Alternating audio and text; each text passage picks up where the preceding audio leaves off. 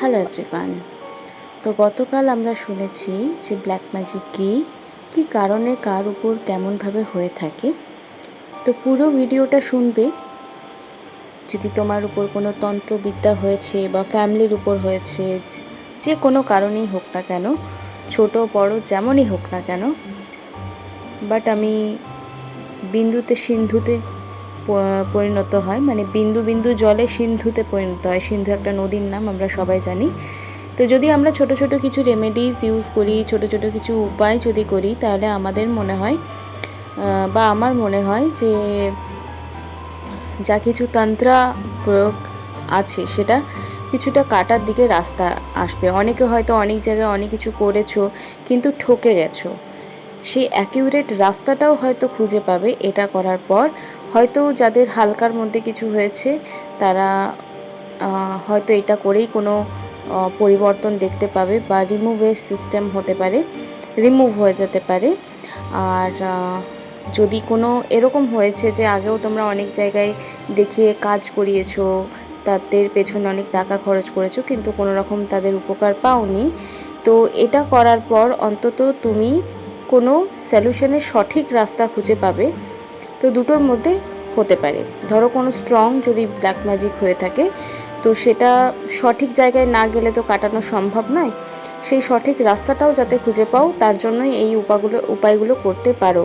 And যা কিছু উপায় করতে হবে সেটা বিশ্বাস নিয়ে করতে হবে। ট্রাই অ্যান্ড টেস্টেডওয়ালা কিছু সিচুয়েশন রাখো না। তো আমি 3টে জিনিস বলবো যেটা তোমরা 3টেই করতে পারো। অবশ্যই 3টেই করার চেষ্টা করবে, ঠিক আছে? অবশ্যই 3টে করার চেষ্টা করবে, তাহলে বেশি এফেক্টেড হবে। এক হলো হনুমান চালিসা পাঠ করা। হনুমান চালিসাতে বলাই আছে, जो শতবার পাঠ করে কই ছুটো হি বন্ধি মহাসুখ হয়। তো যে শতবার পাঠ করবে তার সমস্ত দুঃখ চলে যাবে আর সুখ আসবে, তাই তো? আর হনুমান চালিসাতে এটাও বলা আছে যে যত যেমনই কষ্ট হোক না কেন, যে কোনো প্রবলেম, সেটা সলভ তুমি করতে চাইলে এটা তুমি অবলম্বন করতে পারো। তো হনুমান চালিসাকে পাওয়ারফুল বানাতে তোমরা কি করবে? যদি কেউ 108 বার রাম নাম পারছো না, তা 11 বার রাম নাম করতে পারো হনুমান চালিসা পড়ার পর বা আগে, বা লিখতে পারো 108 বার বা 11 বার, 51 বার, যে কোনো একটা স্পেসিফিক যে নাম্বারগুলো আমরা করে থাকি 21 বার, সেটা তোমরা করতে পারো। হনুমান চালিসা তোমরা কি, যেটা আমি নর্মাল বলেও থাকি, হনুমান চালিসা তোমরা একটা সংকল্প নেবে। সেটা 7 দিনে নিতে পারো, 11 দিনে নিতে পারো, 21 দিনে নিতে পারো, আর নিতে পারো 40 দিনের। 108 বার তোমরা পাঠ করবে। ডেলি কতবার করে পাঠ করলে, তুমি যে দিনটা নির্দিষ্ট করবে সেই দিন অনুযায়ী কতবার করে পড়লে একদিনে তোমাদের পুরো যে সংকল্পটা নেবে, ধরো 7 দিনে নিলে বা 11 দিনে নিলে, সেই দিনটার মধ্যে যেন 108 বার তোমাদের কমপ্লিট হয়ে যায়। কখন পাঠ করবে? সন্ধেবেলায় করলে ইটস ভেরি এফেক্টেড। কারণ বলা হয় যে ভোর রাত 3টে থেকে সন্ধে 7টা বা 9টা পর্যন্ত, সন্ধে পর্যন্ত হনুমানজি রামজির সেবা করেন। তো আমরা যদি যত রাত দিকে আমরা হনুমান চালিসা বা বজরং বান বা তোমার সুন্দরকাণ্ডে পাঠ করি বা শুনি, তাহলে বেশি সেটা কার্যকারী হয়। এবারে অনেকে বলবে আমি শুনে নেব, তাহলে কি চলবে? না, এটা নিজের ভয়েসে, নিজের ভাইব্রেশন, নিজের কণ্ঠস্বরে এটা উচ্চারণ করে পাঠ করতে হবে। কি করবে? 108 বার বলে দিলাম যে একটা স্পেসিফিক দিনের সংকল্প তোমরা নিয়ে নেবে।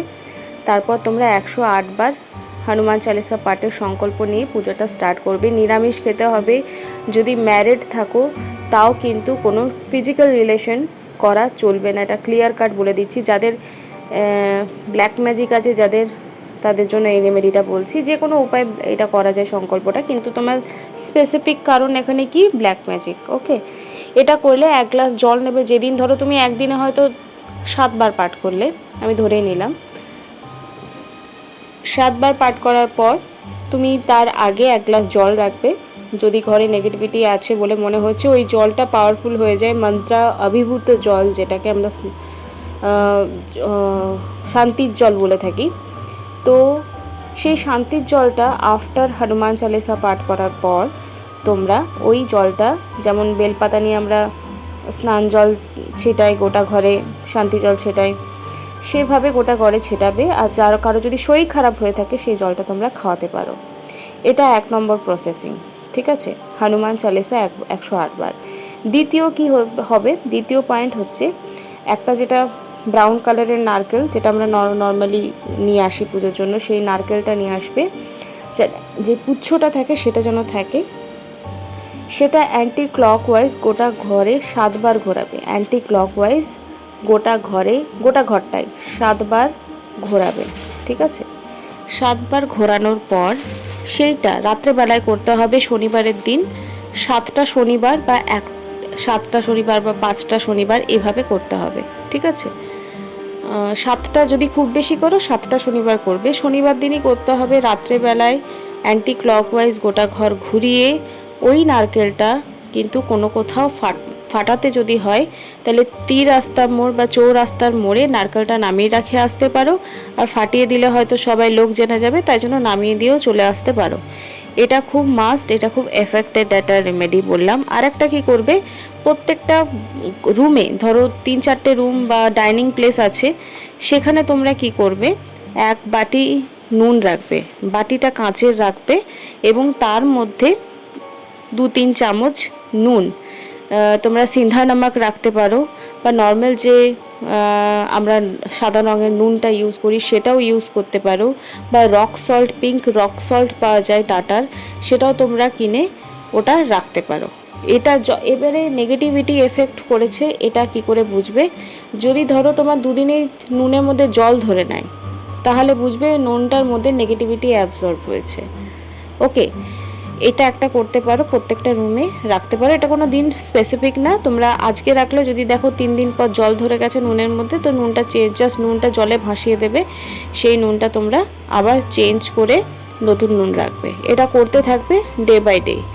নুন দিয়ে ঘর মুছতে পারো, ঠিক আছে? নুন যে ঘর মোছা হয়, রান্নাঘর, বাথরুম, সব জায়গায় তোমরা একটুখানি নুন জলের মধ্যে দিয়ে মুছতে পারো। আর একটা কী করতে পারো, 7টা শনিবার বা 3টে শনিবার বা 5টা শনিবার 1 গ্লাস কাচের জল নেবে। ধরো আজকে শনিবার, আজকে আমি একটা কাচের গ্লাসে জল নিলাম। জলের মধ্যে যে কাগজি লেবু পাওয়া যায় ইয়েলো কালারে, সেই লেবুটা নিলাম এবং সেটা এমন একটা ঘরে কোণে রাখবে যাতে কেউ দেখতে না পায়। ওটা কিন্তু তুমি দেখবে যে 1 সপ্তাহ রেখে দিলে, শনিবারে রাখলে পরের শনিবার অবধি ওই জলটা তোমার কতটা ঘোলা হচ্ছে, ঠিক আছে? যদি খুব বেশি ঘোলা হয়ে যায় বা খুব বেশি নেগেটিভিটি যদি থাকে তো ঘোলা তো হবেই 6 দিনের মধ্যে। আবার তারপরে শনিবারে তুমি আবার ওইটা চেঞ্জ করে আবার একটা নতুন লেবু দিয়ে আবার তুমি জল দিয়ে ওটা কোথাও একটা লুকিয়ে রেখে দেবে। এতেও কিন্তু নেগেটিভিটি অনেক রিলিজ হয়। এটা একটা হলো। এই কটা করার পর যদি মনে হচ্ছে যে ছোটোখাটো কিছু ভূত প্রেতের ছায়া লেগেছে তো কেটে যাবে।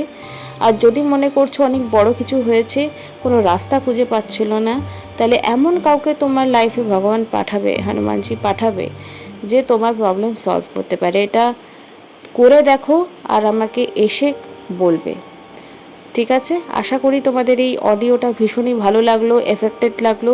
আর কারা কারা করে রেজাল্ট পাচ্ছ অবশ্যই আমাকে জানাবে। Thank you so much. ভালো থেকো সবাই। জয় মা তারা, জয় বজরংবলী, জয় শিব শম্ভু।